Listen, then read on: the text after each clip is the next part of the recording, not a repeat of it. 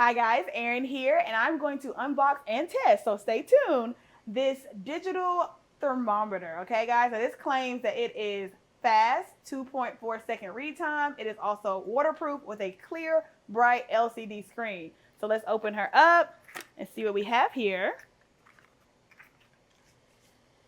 Okay. Definitely comes with your instructions here. And let's see what else is in here. Oh, it has your meat temperature guide. Very helpful when you're cooking. Okay.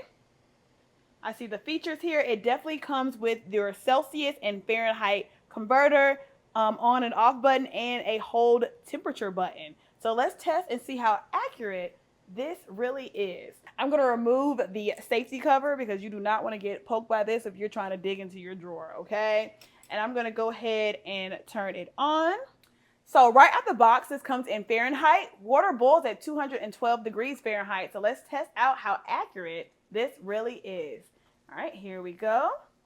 1, 2, 3, 4, 5, 6, 7. I'm gonna hit hold only because my hands are burning. It's 210.7. It's not far off at all. I've had things that are way, way worse. So this definitely has a place in my kitchen.